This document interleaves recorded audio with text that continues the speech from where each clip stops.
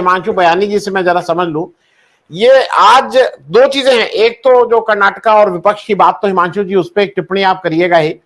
ये जो 2000 का नोट, मैं इसलिए क्योंकि आप इस चीज को हम लोगों से बेहतर समझते हैं कि 2000 का नोट आज सुबह सुबह जब अनाउंस हुआ तो एक तो थोड़ा हम लोगों को ठेस ये लगी कि आदत पड़ी हुई थी, मोदी जी आएंगे शाम को 8 बजे और मित्रों करेंगे। मोदी जी विदेश हैं और किसकी इतनी हिम्मत कि मोदी जी के विदेश रहते यहां कर दिया। तो इसका मतलब कर्नाटक इलेक्शन के बाद शायद थोड़ा नीचे लोगों को डिसीजन लेवल पे नीचे दिया जा रहा है कि तुम लोग भी कुछ कर सकते हो। दूसरा, इसका ये सितंबर 30 तक इसको खत्म कर देना है, उसके बाद ये लीगल टेंडर रहेगा कि नहीं रहेगा ये ग्रे एरिया है, किसी को नहीं पता है, कुछ स्पष्ट नहीं है। और ऐसा लग रहा है कि जो अक्टूबर नवंबर में राजस्थान, छत्तीसगढ़ और मध्य प्रदेश के चुनाव हैं, उससे पहले थोड़ा कांग्रेस को इफेक्ट करने की कोशिश है कि जो पैसा अगर जो भी रखा गया, अच्छा ये पैसा आजकल 2000 का पैसा नोट केवल ये 40% सीएम 30% सीएम में ही यूज होता है, घर में अब कहां यूज होता है वो। तो उस थैले को इमोबाइल करने के लिए किया गया, ये किया क्यों गया है अगर आपको? और थोड़ा कर्नाटक में जो आज ओथ ली गई और उसमें जिसको नहीं बुलाया गया उस पर भी एक छोटी टिप्पणी। हिमांशु भाई जी, पहले मैं कर्नाटक के बारे में बता दूं। कर्नाटका में जिस तरीके से जो सामने आया है चित्र की विपक्ष अभी भी मतलब एक नोट पे है या नहीं है, ये असमंजस है अभी। पर मुझे लगता है कि आने वाले दिनों में विपक्ष एक किसी मुद्दे या एक विचारधारा पे इनको एक होना पड़ेगा, अगर इनको सत्तारूढ़ पार्टी जो है भारतीय जनता पार्टी, क्योंकि देखिए यही मौका है विपक्ष के लिए, मेरा ऐसा मानना है। एनडीए उसकी सबसे वीकेस्ट मोमेंट पे खड़ा है अभी, उसकी सबसे स्लिपरी पिच पे खड़ा है। ऐसे में अगर विपक्ष एक नहीं होता है उनकी विचारधारा को लेके, या उनका जो भी मतलब एक पॉइंट ऑफ डिसीजन है जहां पे वो अगर इंटरसेक्ट नहीं करते, तो मैं मानता हूं ये मौका वापस वो गवा देंगे। और आज कुछ कि फिलहाल कैसे अगर देखा जाए तो एक बहुमत नहीं है, एक कंसेंसस नहीं है। तो मुझे लगता है इसके ऊपर विपक्ष के नेताओं को सोचना चाहिए, इस मुद्दे को वहां पे हम रख दे, क्योंकि ये कैसे वॉलेटाइल रहेगा, कैसे मतलब there is a lot of water yet to flow. लेकिन एक कर्नाटका का जो परिणाम आए वो एक आशा जगाता है आपको कि साउथ इंडिया और खास करके जहां पे द्रविडियन कम्युनिटी है, वो जो आपका जो अपॉर्चुनिस्ट हिंदूवाद का जो नारा है या अपॉर्चुनिस्ट हिंदूवाद की जो आपकी बात है, वो द्रविडियन कम्युनिटी साउथ इंडिया की, जो कि एक हिंदुइज्म की परंपरा में पूरी तरीके से मानती है, उसने उसे नकार दिया।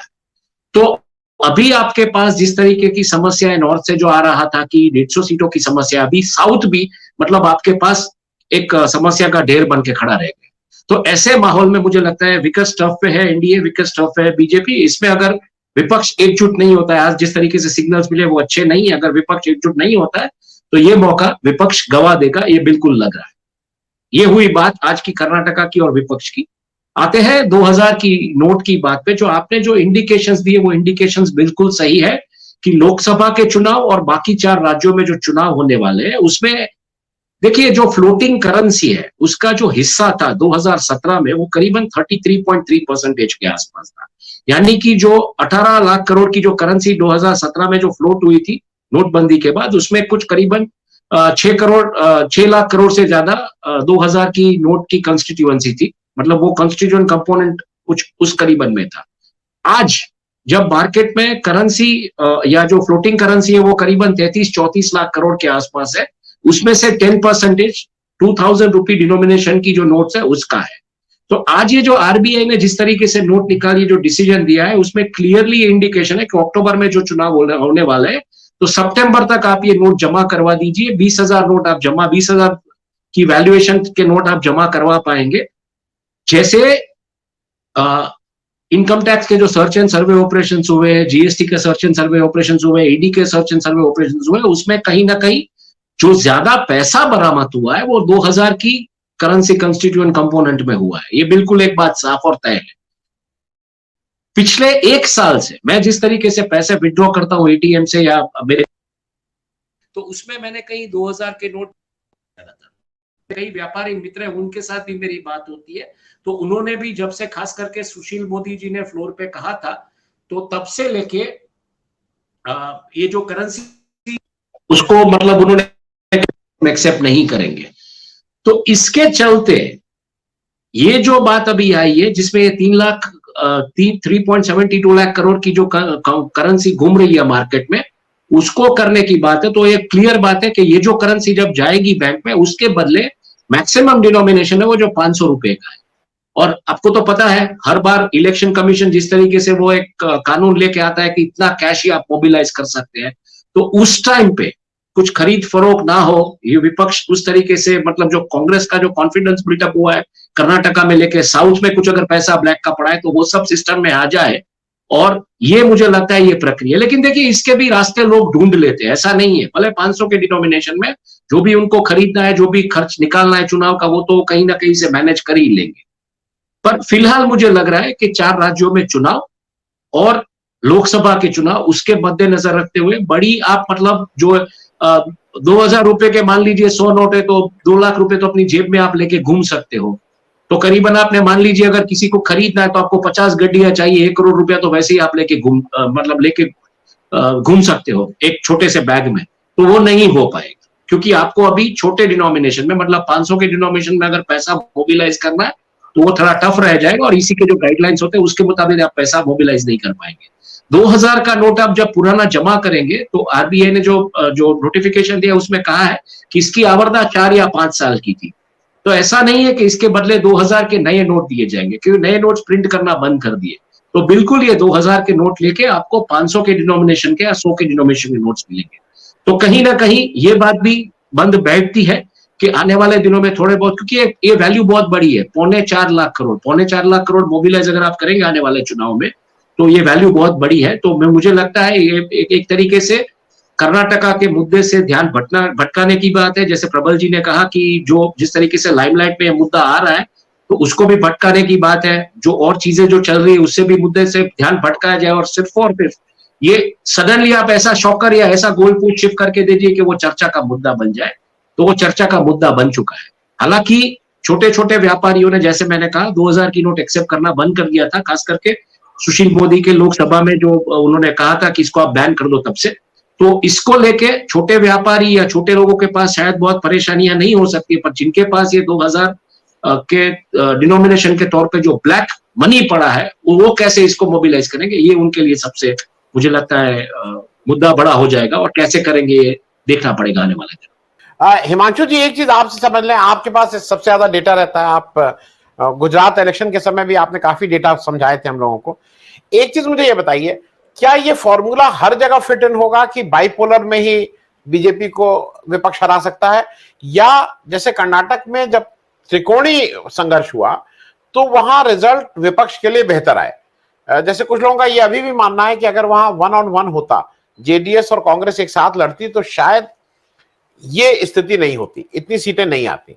मैं जरा इस पे आपसे समझना चाहता हूं, क्या ये फॉर्मूला पूरे देश में जो कहा जा रहा है कि ऑपोजिशन का बीजेपी के खिलाफ एक के अगेंस्ट एक, या कुछ स्टेट में शायद त्रिकोणीय जो संघर्ष है वो बेटर होगा, कुछ जगह हो सकता है बाइपोलर हो? हिमांशु, देखिए गुजरात की जो परिस्थिति थी उसमें बिल्कुल आम आदमी पार्टी जब मैदान में आई तो लग रहा था कि आम आदमी पार्टी अपना परचम लहरा के रखे रहेगी। जिस तरीके से उसने एग्रेसिवली, उन्होंने क्या टारगेट किया था, जॉबलेस जो ग्रोथ थी उसके बारे में वो बात करते थे। उन्होंने महिलाओं को पेंशन देने की बात की थी, बेरोजगारों को पेंशन देने, ये मामले तूर पकड़ना शुरू हुए थे। तब जाके अचानक से ये मुद्दा फिर हिंदूवाद पे आ गया, इन चीजों पे आ गया। कांग्रेस ने भी मतलब कोई एक चांस नहीं दिया था, जो हर बार होता था मौत का सौदागर वगैरह। तो ये क्लियरली ऐसा लग रहा था कि बीजेपी का अभी मतलब जमीन खिसक चुका है। उनका जो इंटरनल सर्वे था उसमें भी ये बात आ रही थी कि 70 सीट्स अच्छी पोजीशन में, 93 जो चाहिए वो बहुत टफ है। हालांकि जो उनका जो बेस है, वोटर बेस, यानी कि जो कार्यकर्ताओं का बेस था, 4.5 करोड़ वोटर्स में से उनके 1.25 करोड़ कार्यकर्ता, तो उनका बेस 25% स्ट्रॉन्ग था, उनको 40% वोट चाहिए थे। लेकिन ये 156 का जो आंकड़ा था वो बिल्कुल ही मैजिकल फिगर था, वो एक्सपेक्टेड नहीं था। अब वो किस वजह से हुआ अगर हम देखेंगे तो ये हुआ है खास करके टर्नआउट जो हुआ, वोटर टर्नआउट, वो बहुत ही कम हुआ। और वोटर टर्नआउट जो कम हुआ उसमें बहुत ही क्लियर मैसेज गया कि जिस तरीके से पोल बूथ मैनेजमेंट बीजेपी के कार्यकर्ताओं ने किया और वोटर्स को मोबिलाइज किया, उसमें जाके गुजरात का ये परिणाम है। लेकिन कुछ दिनों पहले अगर आपको पता हो तो सोशल मीडिया में यहाँ पे एक वीडियो वायरल हुआ था। एक बंदे ने मतलब सीआर पाटिल के ऊपर एलिगेशंस किए थे कि 80 करोड़ रुपया मैंने जमा करवाया था पार्टी का, 10% कमीशन के तौर पे मुझे 8 करोड़ देना था, और मैंने खुद 60 लाख रुपया 30,000 वोटर्स को 2,000 रुपए एक वोटर्स को दिया था। तो ये भी एक बात अभी सामने आ रही है कि किस तरीके से इलेक्शन हुआ था। हालांकि इसके बारे में कोई ना ही मतलब जो चुनाव आयोग है या ना ही कोई पुलिस कंप्लेन हुए, ऐसा कुछ नहीं हुआ है, सिर्फ ये सोशल मीडिया में इसका मतलब जो चीज थी वो चर्चा में थी। तो जब इलेक्शंस होते हैं खास करके नॉर्थ में और जो पोलराइजेशन की बात आती है तो बिल्कुल फायदा होता है। लेकिन पिछले दिनों में मैंने क्या देखा है हर स्टेट में, अगर हम कर्नाटका से भी अगर इस चीज को समझने की कोशिश करें तो, कि देखिए बेरोजगारी कभी मुद्दा इस देश में इतना बड़ा नहीं था। बेरोजगारी थी, खैर बेरोजगारी जैसे पॉपुलेशन बढ़ेगी तो बेरोजगारी का मुद्दा रहेगा, लेकिन बेरोजगारी के साथ सबसे डेंजरस कॉकटेल हुआ वो था महंगाई का, और महंगाई और उसके ऊपर डेट ड्रिवन ग्रोथ। तो हर जगह से आपने टैक्सेशन में कहीं ना कहीं से पैसा बटोरने की कोशिश की, आपने चालान काटना शुरू किया ट्रैफिक पे, ये वो सब कुछ। तो मुझे लगता है पब्लिक अब समझ गई है कि ठीक है बेरोजगारी है, उसके सामने हम लड़ लेंगे, कुछ भी चाय की टपरी का खोल लेंगे, खाने की दुकान खोल लेंगे, कुछ भी कर लेंगे, लेकिन ये जो महंगाई वाला मामला है ना वो मार डालेगा। तो कहीं ना कहीं कांग्रेस की जो स्कीम्स है, कांग्रेस का जो सोशल एजेंडा है, सोशलिस्ट एजेंडा है, कि जहां पे आपको एक एटलीस्ट 2 टाइम ढंग का खाना मिल सके, ऐसी सरकार देगी कांग्रेस। और दूसरी बहुत महत्व की बात जो राजस्थान में भी हुआ, कर्नाटका में भी हुआ, हिमाचल प्रदेश में भी हुआ, ओल्ड पेंशन्स की। तो मुझे लगता है इन सब मुद्दों की वजह से कहीं ना कहीं जो ये राजनीति है, जो कि एक प्रोग्रेस एंड डेवलपमेंट की जो राजनीति थी हिंदुत्व के प्लान के साथ, अपॉर्चुनिस्ट हिंदुत्व के प्लान के साथ, वो शिफ्ट होके जाके अब ठहरी है उस जगह पे कि आप हमको रोजगारी दे दीजिए, महंगाई से हम लड़ लेंगे, या थोड़ी बहुत हमको रियाया कर दीजिए, हम महंगाई से लड़ लेंगे। तो ये मुद्दा अगर कांग्रेस जमीनी लेवल पे आगे ले जाती है, कि हिमाचल प्रदेश में भी यही हुआ है, जहां हिमाचल प्रदेश में खुद नरेंद्र भाई प्रभारी थे वहां के, इतने सालों से वहां काम कर रहे थे, लेकिन परिणाम नहीं आया था। गुजरात, मैं बिल्कुल ये मानने के लिए तैयार हूं, गुजरात में 156 इम्पॉसिबल था, 93 तक ले जाने की जो बात थी वो उनके कार्यकर्ताओं के वोट्स की वजह से पॉसिबल कहीं ना कहीं होते हुए दिख रहा था। जो 15 दिनों में जिस तरीके से इन्होंने कैंपेनिंग की, ब्लिट्स कैंपेनिंग, हालांकि कुर्सियां खाली रहती थी, लोग नहीं जाते थे, बहुत ही इंटरनल मतलब क्राइसिस थी पार्टी के अंदर, ऐसे माहौल में 156 मैजिकल नंबर था, और वो कैसा है ये सब अभी धीरे धीरे बाहर आ रहा है। तो क्लियर बात है, पोलराइजेशन की राजनीति किसी एक पॉकेट में काम बिल्कुल करती है, लेकिन बाकी जगहों पे अभी लोग ये कहते हैं कि नौकरियां दीजिए, हाथ में डिस्पोजेबल इनकम दीजिए, हमको अपनी खुददारी से, अपनी मतलब एक अपने स्वाभिमान से जीना है।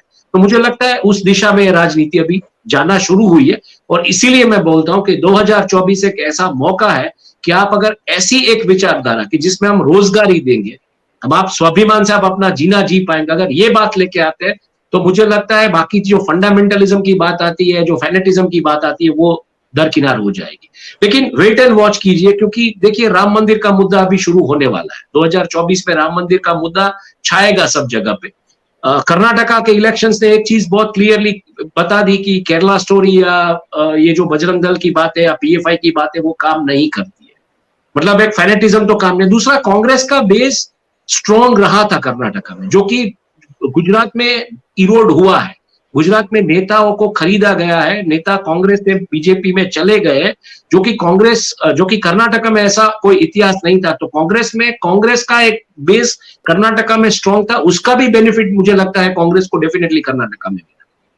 हाँ, एक मुद्दा मैं कहना चाहूंगा, कर्नाटका में अभी आने वाले दिनों में सबसे बड़ी चैलेंज अगर कोई है तो यूएस की जो डेट सीलिंग की लिमिट का जो मामला है, क्योंकि वहां पे जो इकोनॉमिक क्राइसिस शुरू होने वाली है, और कर्नाटका की सबसे ज्यादा इकोनॉमी वो आईटी सर्विस सेक्टर सेंट्रिक है, तो डॉलर किस तरीके से बिहेव करेगा और आईटी सेक्टर में क्या बवाल या गंद मचने वाला है, उसके ऊपर मतलब मुझे लगता है कांग्रेस को एक ब्लूप्रिंट बिल्कुल तैयार रखनी चाहिए, क्योंकि बहुत ही बेरोजगारी होने वाली है आने वाले दिनों में कर्नाटका में। 5000 आईटी कंपनियां हैं, बहुत सारा प्रॉब्लम होने वाला है। तो उसको लेके मुझे लगता है कांग्रेस को एक ब्लूप्रिंट प्लान अपना तैयार रखना चाहिए, क्योंकि इसको लेके बहुत सारी राजनीति खेली जाएगी। तो ये इतना मेरा बस कहना है।